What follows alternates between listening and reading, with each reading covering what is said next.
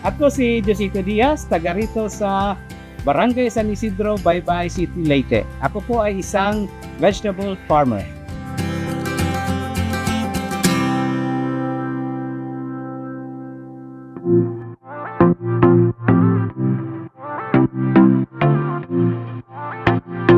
Gusto mo ba ng ligtas at sariwang pagkain? Lalong-lalo na ang makatipid sa iyong budget sa pagkain araw-araw? Alam mo ba na ang pagkakaroon ng kaalaman sa agrikultura ay tunay na nagbibigay ng maraming benepisyo? Ibabahagi sa atin ni Kuya Josito o mas kilala sa pangalang Kuya Joy ang ilan sa kanyang mga tips sa kabuhayan niyang ito.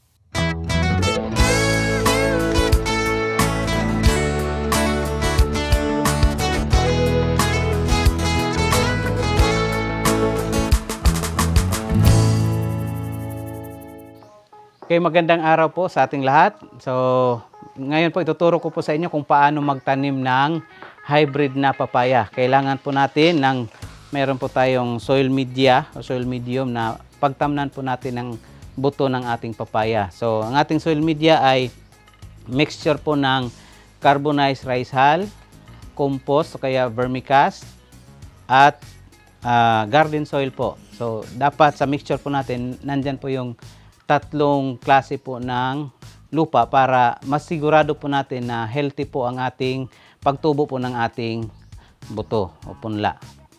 So, kailangan din po natin ng hybrid seeds ng papaya. So, itong hybrid seeds ng papaya, dapat napainitan po natin, nabilad po natin ang ating buto ng papaya bago po natin babad po sa tubig ng overnight. So, ngayon, kailangan din po natin ng seedling tray. So, mas maganda dito po tayo magtanim sa seedling tray para secure po ang ating punla, no? Pagtubo niya. Bago po natin ilipat tanim doon sa ating pagtamnan, dito po muna natin patubuin at alagaan po natin sa nursery. Dapat meron po tayong nursery. Doon po natin aalagaan ang ating mga punla o mga seedlings. So, lagyan po natin ng lupa ang bawat butas po ng ating seedling tray. Ganyan lang po. Pagkatapos, isa-isa na po nating ilagay ang buto ng hybrid na papaya. Ang lalim po nito, double the size of the seed lang po. Kung gaano kalaki yung papaya, ang buto, i-times 2 lang po natin yung seed size niya. Ganon po kalalim ang paglagay po natin. Ganyan lang po. Tapos takpan po siya ng lupa pagkatapos po natin magpunla.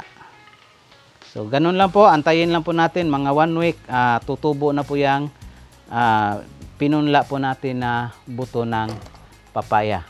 After 1 week po, hayaan lang po muna natin siyang ma-stabilize. Tutubo po siya ng mga, pagka meron na po siyang mga 4 to 5 true leaves, pwede na po natin siyang ilipat tanim.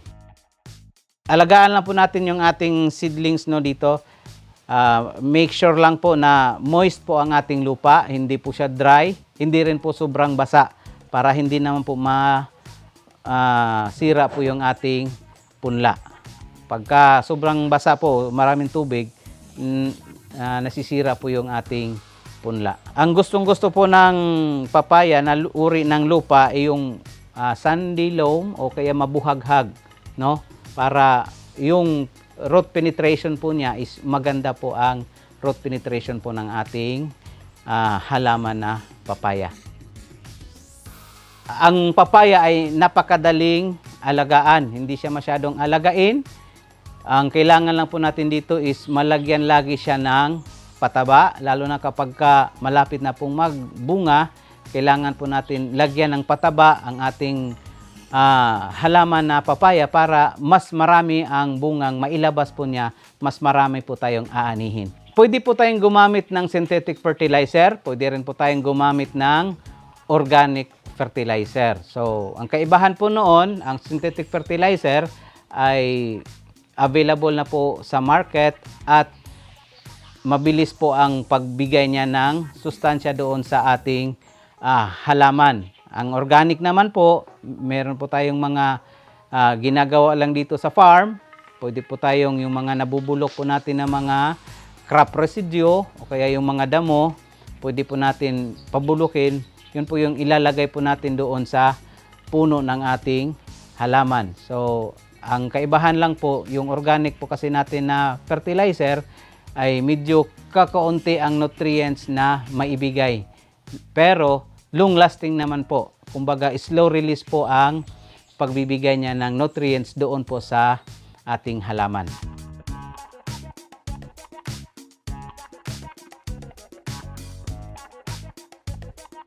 After 9 months po ng ating pagtatanim, ito na po yung bunga ng ating hybrid na papaya.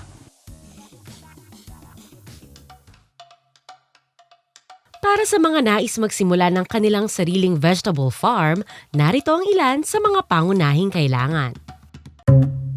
Alam nyo ba, halimbawa sa pagtatanim po ng papaya, sa isang pakete po ng buto ng papaya, naglalaman po siya ng mga 15 peraso sa halagang 200 pesos po. Pwede na po kayong magsimula na makapagtanim ng 15 puno ng papaya. Maghihintay lang po tayo ng mga 9 months mula nung itinanim po natin ang buto ng papaya, ay makapagsimula na po tayong mag-harvest. Halimbawa po, sa isang puno ay makakuha po tayo ng kahit tigdadalawang bunga lang po bawat puno.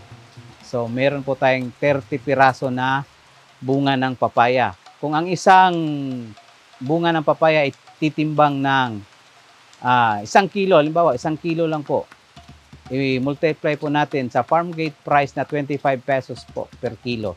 So, meron tayong 30 times 25 po. So, yun po yung maaring kitain po natin after 9 months. Tatagal naman po siya ng mga 2 to 3 years po, basta alagaan lang po natin yung papaya. So, how much more kung meron po tayong malawak na lupain, makapagtanim po tayo ng marami, mas malaki po ang ating kikitain sa pagtatanim po ng papaya.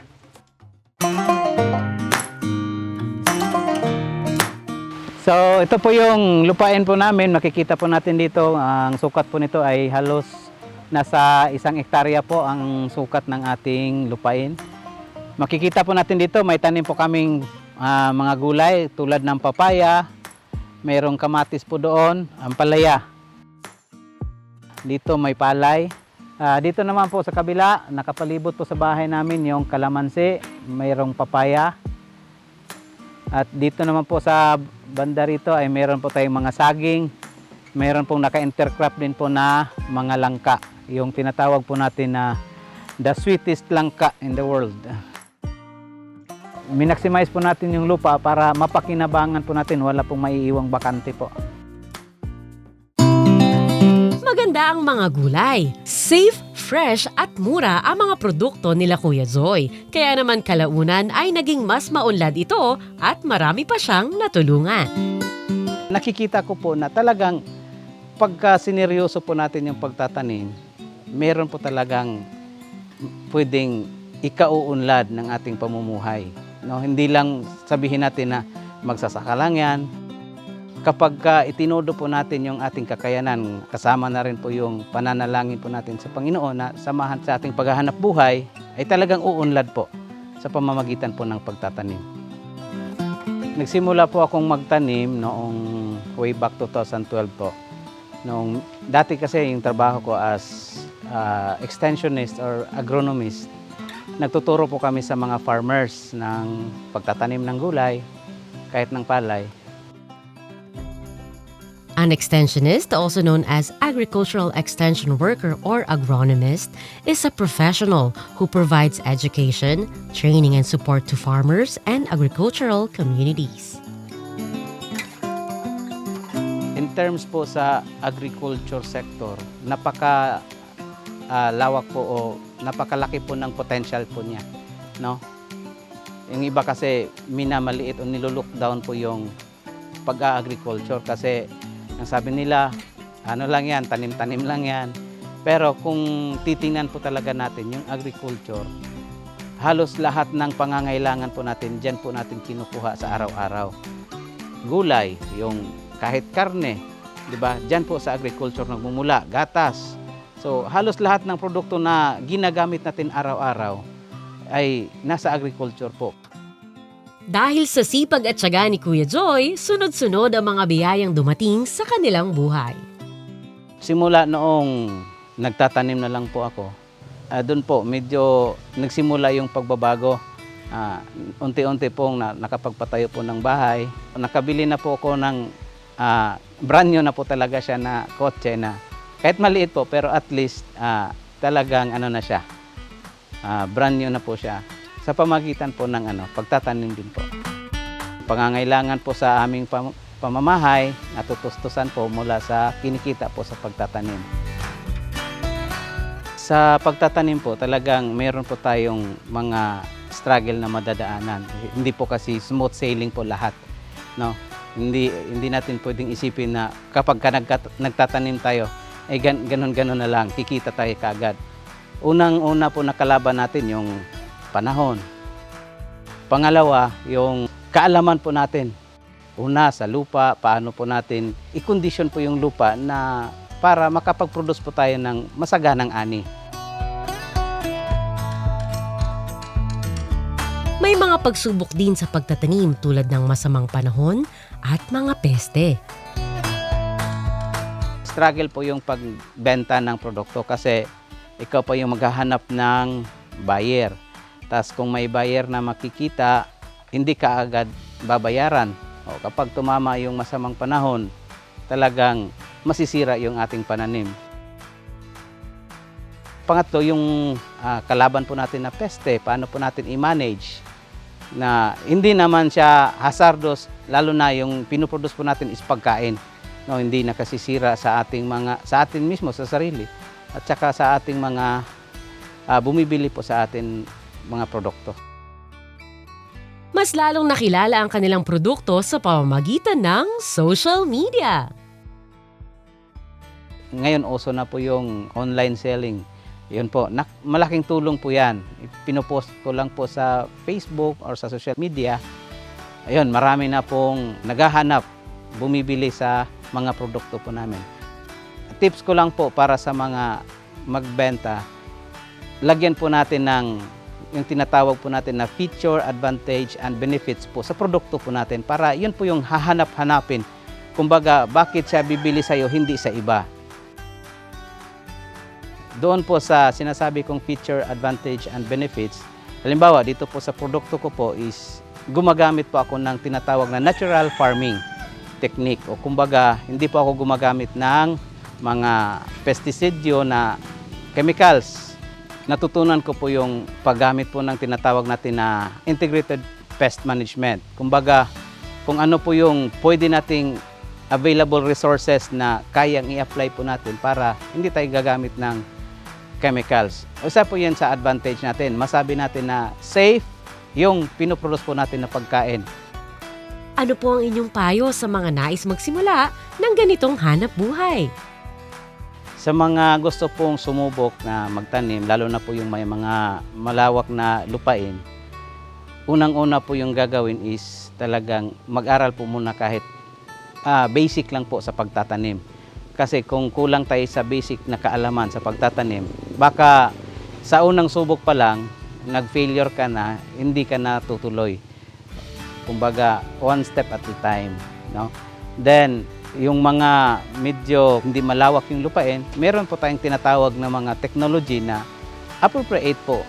Kaya po nating i-adapt. Since nasa advanced era na po tayo, so magtatanim po tayo in a scientific way. No? Kumbaga, lagyan po natin ng konting teknolohiya yung ating pagtatanim o pagpuproduce po ng pagkain.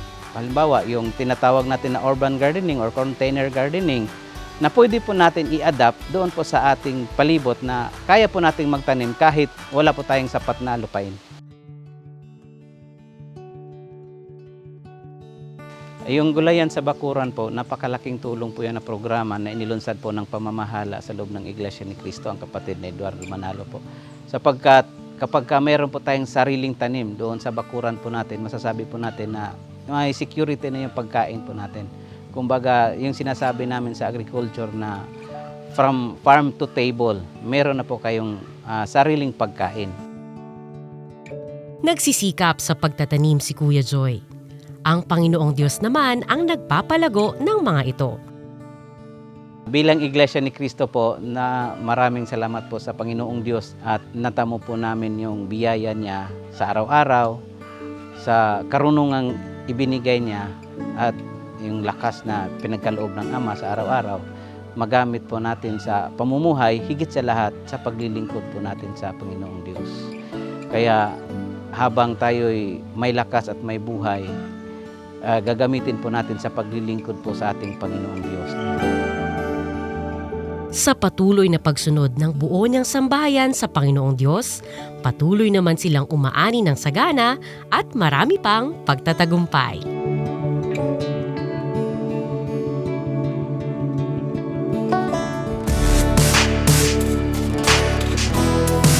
Proud ako na isang vegetable farmer dahil trabaho ko to.